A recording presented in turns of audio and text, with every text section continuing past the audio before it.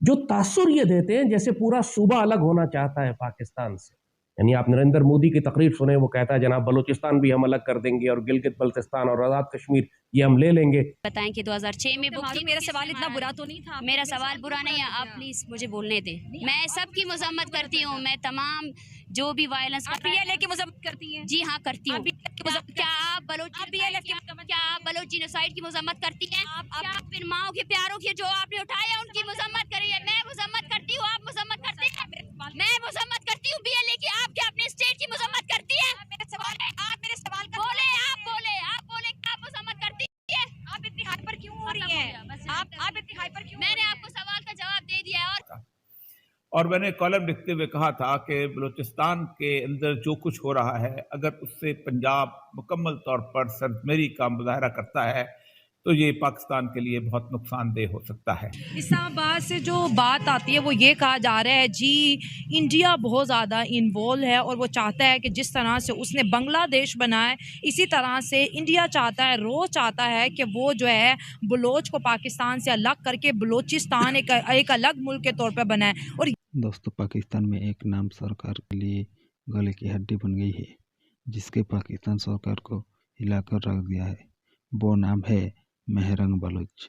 दरअसल महरंग बलूचिस्तान प्रांत से गैरकानूनी तरीके से गायब लोगों के लिए लड़ाई लड़ रही है, जिसके चलते महरंग बलूचिस्तान, सिंध और पश्तून पठानों की आवाज़ बन गई है। महरंग के नेतृत्व में इस्लामाबाद तक महिलाओं ने राजधानी का घेराव कर लिया है। महरंग बलूच ने बलूचिस्तान से इस्लामाबाद तक हजारों महिलाओं के साथ लॉन्ग मार्च किया, जिसके बाद पाकिस्तान सरकार ने महरंग को गिरफ्तार कर लिया। कि अगर ये मुजाहिरीन वाकई सच पर हैं, उनका जो रवैया है वो इस कदर सख्त क्यों है।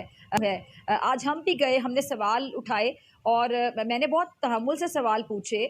सवाल पूछना सबका हक होता है, सहाफ़ी का राइट होता है कि आप सवाल पूछें। और मैंने ज़्यादातर वो सवाल पूछे शहजाद साहब जो कि गर्दिश कर रहे हैं, लोगों के ज़हनों में सवाल हैं। लेकिन आगे से जो रवैया था कि आखिर में कैमरामैन को कैमरा बंद करना पड़ा, रिकॉर्डिंग ख़त्म करना पड़ी और हमें वहाँ से आना पड़ा, ये रवैया क्या समझ आता है आपको? देखिए डॉक्टर साहबा, ये तो डिबेटेबल है कि उनकी डिमांड्स, उनकी क्या चीज़ बेहतर है, नहीं है, सच पे हैं, कैसे हैं। सबसे ज़्यादा डिपेंड ये करता है कि जर्नलिस्ट होते हैं पैगाम रसां। जर्नलिस्ट का काम ये होता है कि वो जाकर सख्त से सख्त सवाल वो पूछ सकते हैं, उनका राइट है। आप उसको उसी सख्ती से उसको जवाब दें, आप उनको लाजवाब करें, आप उनसे बात करें और ज़हनों में जो सवाल हैं, र्यूमर्स हैं, वो पूछना हक है, वो उनसे पूछें। लेकिन अगर उनका रवैया, मुजाहिरीन का रवैया या उनके कारकुनों का रवैया या उनके लीडर रवैया इस तरह हो, अगर वो ये समझें कि जो लोग मुझसे सवाल पूछ रहे हैं वो हमारे दुश्मन हैं, कतन ऐसा नहीं है।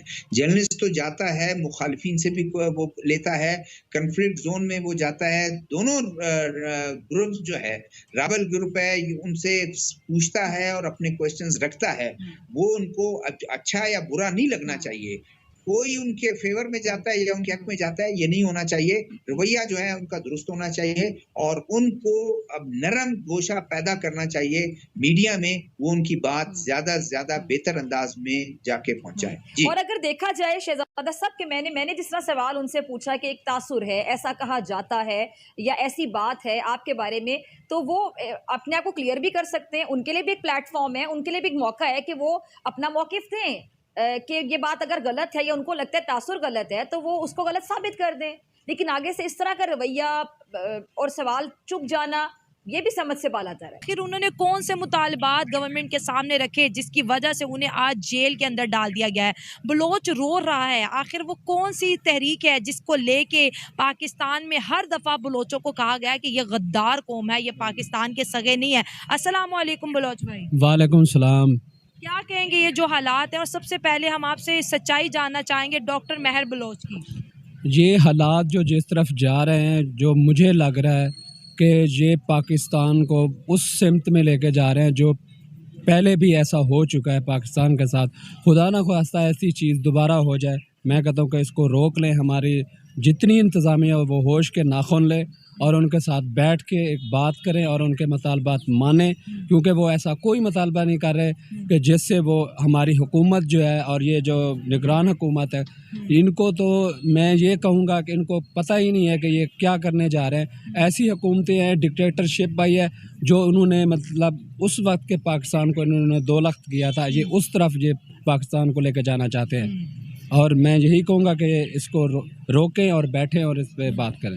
जानते हैं कि भारत पिछले 20 बरस से खुसूसी तौर पर पाकिस्तान के मुख्तलिफ सूबों में खूंरेज दहशतगर्दी करवा रहा है। मशरक़ी पाकिस्तान को हम भूले नहीं हैं। जब 1971 में मुक्ति बाहिनी की एक दहशतगर्द तंजीम बनाई गई और 2.5 लाख से ज़्यादा मुसल्लह दहशतगर्दों को तैयार करके पाकिस्तान के ख़िलाफ़ बाकायदा जंग करवाई गई, और फिर जब पाकिस्तान आर्मी उसमें उलझ गई तो फिर भारतीय फ़ौज ने दाखिल होकर मशरक़ी पाकिस्तान पर कब्ज़ा कर लिया। इनकी हिकमत अमली यही है, क्योंकि हमें एक कमीना दुश्मन मिला है, वो मैदान जंग में आमने सामने जंग नहीं कर सकता। जंग उसी सूरत में करता है कि जब हमारे अंदर दहशतगर्द हो, उसको 50 और 1 की बर्तरी हासिल हो। जैसे जनरल मानिक शॉ ने कहा था कि पाक फौज के पास कोई चांस ही नहीं था लड़ने का, कि वो अपने मरकज से एक आज भी के लोगों को वो मंजर याद होगा। मैं चागी में डिप्टी कमिश्नर था, मैं बलोच नहीं था, मैं उनकी ज़ुबान नहीं बोलता था।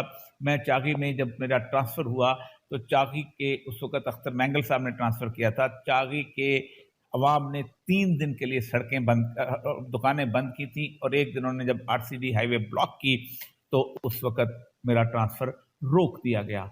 लेकिन आज सूरत हाल ये है कि कल या परसों 2 दिन जो इस्लामाबाद में हुआ है, उसके बाद आज रखनी का रोड जो है पंजाब और इसके दरमियान, बलूचिस्तान के दरमियान जो डेरा गाजी खान के रास्ते पर, उसको ब्लॉक किया हुआ है। आपने ये क्यों किया? आप क्यों करना चाहते हैं? उसकी मुझे वजह मालूम है, और शायद दुनिया में तमाम लोगों को इसकी वजह मालूम है। आप पाकिस्तान को एक ऐसी जंग में झोंकना चाहते हैं कि जिस जंग के अंदर आप इस अवाम को, 22 करोड़ अवाम को उसका ईंधन बनाना चाहते हैं। ये जंग जो कि 11 सितंबर के बाद शुरू हुई थी, अभी तक ख़त्म नहीं हो सकी। अभी तक लगता है इस ममलकत खुदादाद पाकिस्तान की सज़ाएं माफ़ नहीं। इस्लामाबाद से जो बात आती है वो ये कहा जा रहा है जी इंडिया बहुत ज़्यादा इन्वॉल्व है, और वो चाहता है कि जिस तरह से उसने बांग्लादेश बनाए, इसी तरह से इंडिया चाहता है, रोज़ चाहता है कि वो जो है बलोच को पाकिस्तान से अलग करके बलोचिस्तान एक अलग मुल्क के तौर पर बनाए। और यही वजह है कि बार बार जब भी बलोच अपनी ये हक़ की आवाज़ उठाता है, उसको कहा जाता है कि ये गद्दार है। बात यह है, ये बार बार इंडिया का नाम लेते हैं। अगर हम हिस्ट्री से थोड़ा सा पीछे चले जाएं, जब बांग्लादेश की ये बात करें कि उसमें इंडिया इन्वॉल्व था, देखें जब आप अपने लोगों पर जुल्म करते हैं तो तभी मतलब कि ये चीज़ें उठना शुरू होती है। आप जुल्म बंद करेंगे, आप उनके मुतालबात मानेंगे, आप उनके साथ बैठेंगे, तब अब दूसरों पे आप ब्लेम नहीं कर सकते। जैसे अब जब ये बलूचिस्तान का वाक़या हुआ है, आप देखें डॉक्टर महर बलोच पर भी इल्ज़ामात लगे कि लेकिन आप देखें कि 2006 में उसके वो 5 बहनें और 1 भाई है, और 1 भाई है वो भी मिसिंग है। और ये देख लें, अगर इस तरह का माहौल आप पैदा करते हैं तो वो लड़की एक जिसे आप गद्दारी का वो लेबल लगा देते हैं, तो वो क्या करे, किसके पास जाए। एलिमेंट इन्होंने गिलगित बल्तिस्तान में तैयार किया है कि जो पिछले दिनों भी आपने देखा है कि जो बगावत कर रहा था पाकिस्तान के खिलाफ और भारत से मदद तलब कर रहा था। इन्होंने हर सूबे में, हर इलाके में इस तरह के मिलिटेंट ग्रुप्स और दहशतगर्द और इंसर्जेंट एलिमेंट्स तैयार किए हैं जो तासुर ये देते हैं जैसे पूरा सूबा अलग होना चाहता है पाकिस्तान से। यानी आप नरेंद्र मोदी की तकरीर सुने, वो कहता है जनाब बलूचिस्तान भी हम अलग कर देंगे और गिलगित बल्तिस्तान और आज़ाद कश्मीर ये हम ले लेंगे। ये एक मीडिया परसेप्शन क्रिएट करते हैं, पॉलिटिकल एनवायरनमेंट क्रिएट करते हैं, ये दिखाने के लिए दुनिया को कि जैसे पूरा पाकिस्तान बगावत कर चुका है, पाकिस्तान टूटने वाला है, पाकिस्तान तो बस अब सूबे अलग ही होने वाले हैं।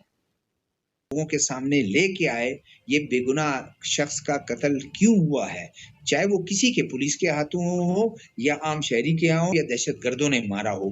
और बिल्कुल ये पॉलिटिकल पार्टीज का काम है, सबसे पहले पॉलिटिकल पार्टीज का काम है कि कि वो इसके लिए निकलें।